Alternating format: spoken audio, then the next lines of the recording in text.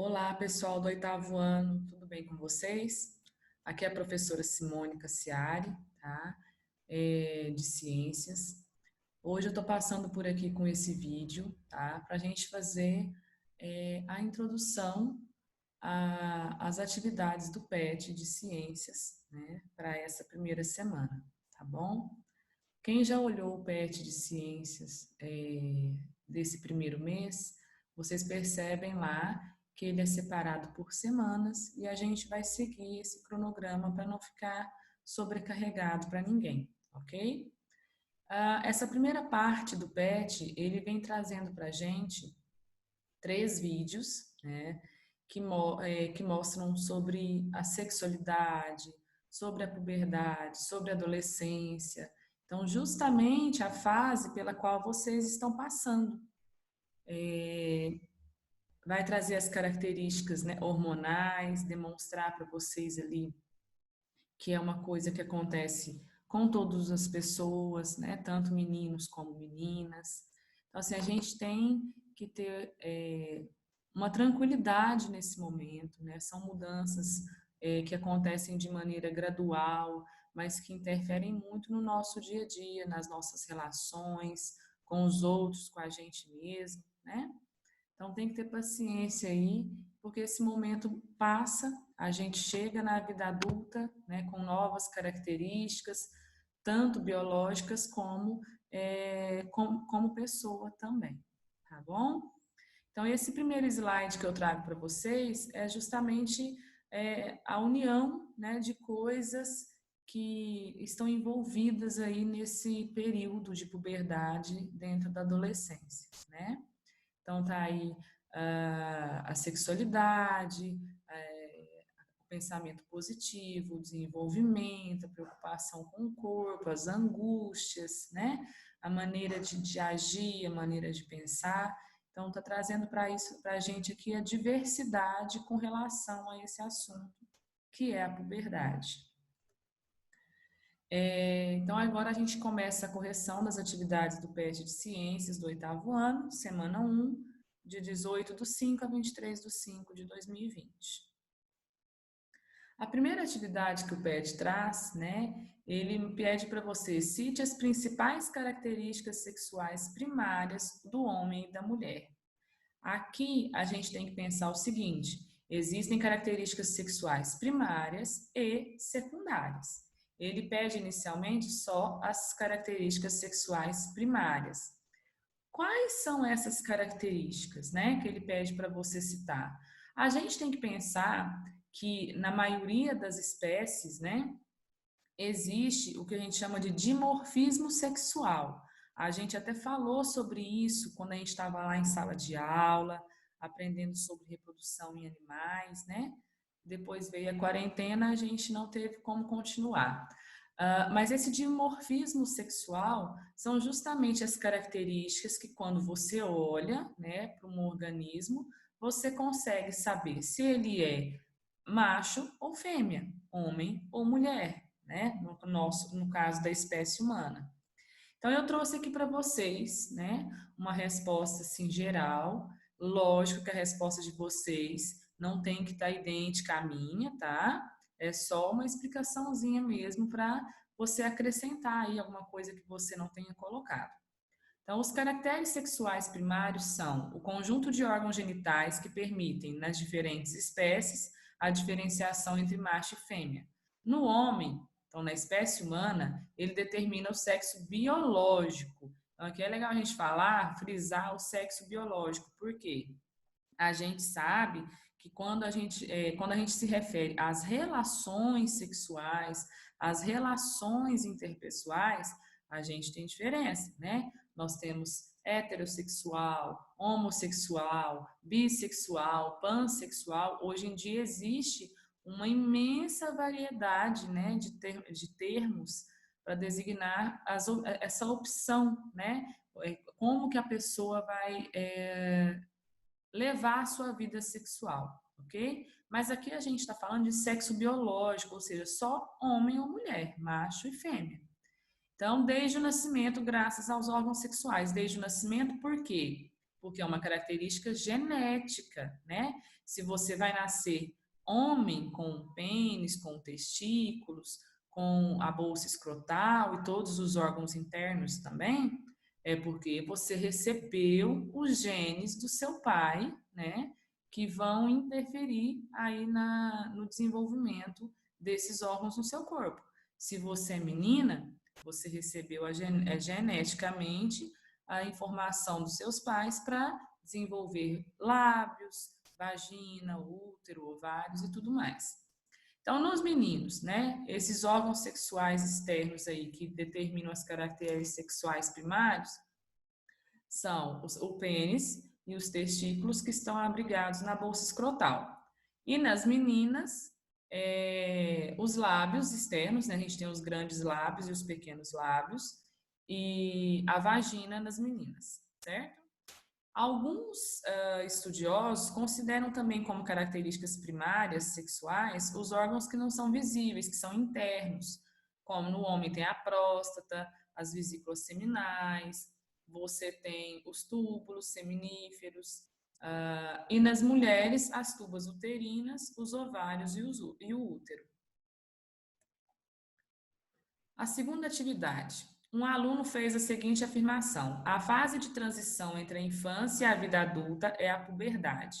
Já a adolescência é um período no início da puberdade, no qual o corpo de meninos e meninas muda, tornando-se cada vez mais parecido com o corpo de um adulto apto para a reprodução. A afirmação do aluno está correta? Justifica sua resposta. Olha, posso afirmar para vocês, o início, né, da frase está incorreto porque ele troca as palavras. Ele troca a palavra puberdade com a palavra adolescência.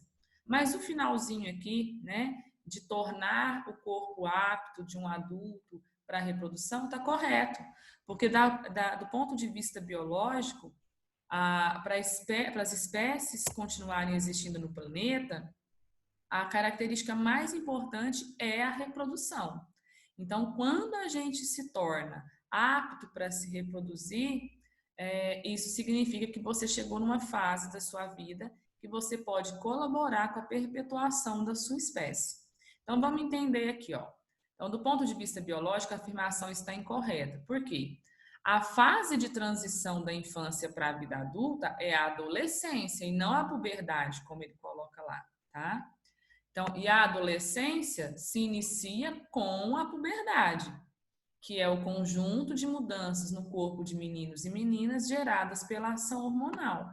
Então, você tem uma fase de transição, que é a adolescência, e ela começa justamente com toda a ação hormonal desencadeando as mudanças no corpo da pessoa, e essas mudanças, esse conjunto de mudanças é que a gente chama de puberdade.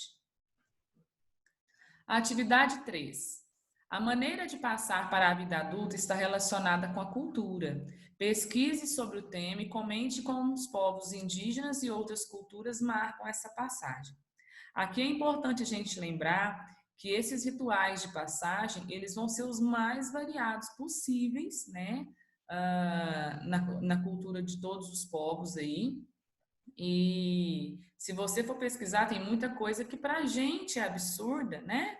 Nossa, como é que eles conseguem fazer isso? Por que eles fazem isso? Só que a gente tem que lembrar que cada povo, né, cada civilização se desenvolveu de uma maneira diferente. Então foram criados hábitos, né, nessas civilizações que para a gente às vezes pode parecer um pouco assustador, mas para eles isso é o normal, para eles isso é o correto, né? Então, os rituais de passagem da infância para a vida adulta são os mais variados possíveis.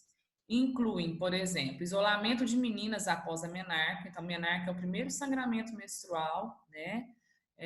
Essas meninas das tribos elas ficam isoladas por um período, porque elas são consideradas impuras nesse momento desse primeiro sangramento. E depois tem todo um ritual de limpeza, de purificação e tudo mais.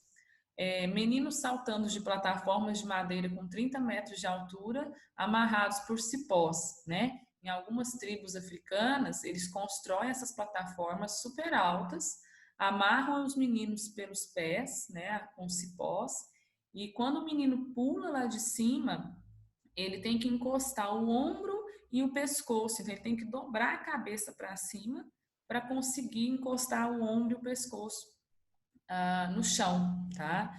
Muito perigoso porque o cipó não é elástico, né? Ele pode arrebentar. E outra coisa, o cálculo errado do tamanho desse cipó pode gerar sérias lesões e até a morte de uma criança como essa, que está passando por esse ritual aí de passagem da infância para a vida adulta, né? Outra situação, né? A circuncisão do clitóris em meninas e prepúcio nos meninos. Esse processo da circuncisão ele é muito comum, né? Em várias tribos pelo mundo, inclusive judeus também, né? Fazem a circuncisão quando chegam no período de puberdade. A circuncisão nada mais é que a remoção, né, do clitóris nas meninas. Lembrando que o clitóris é aquele órgão, né, que fica ali logo acima da uretra, na parte externa do órgão genital feminino, coberto ali pelos pequenos lábios, né, protegido. O clitóris, o que a gente vê pelo lado de fora é só uma parte. Na verdade, ele é um órgão muito maior na parte interna do corpo da mulher. E o clitóris é extremamente sensível, né? Ele tem muitas terminações nervosas, então ele propicia muito prazer para a mulher quando ele é tocado, né? Nesse caso das mulheres que passam pela circuncisão, a obtenção do prazer através da manipulação do clitóris não vai existir mais durante a vida adulta, né? E nos meninos, a circuncisão é a remoção do prepúcio, que é aquela pelezinha que cobre a glande do pênis, né?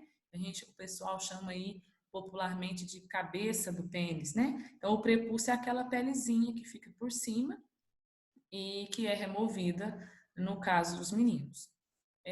Muitos rituais de passagem também vão utilizar animais, né? Como formigas e sapos venenosos.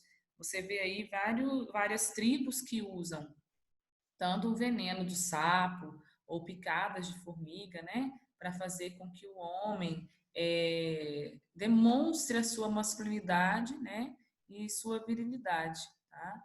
Alguns desses rituais, eles não vão ser só nesse momento de passagem, não.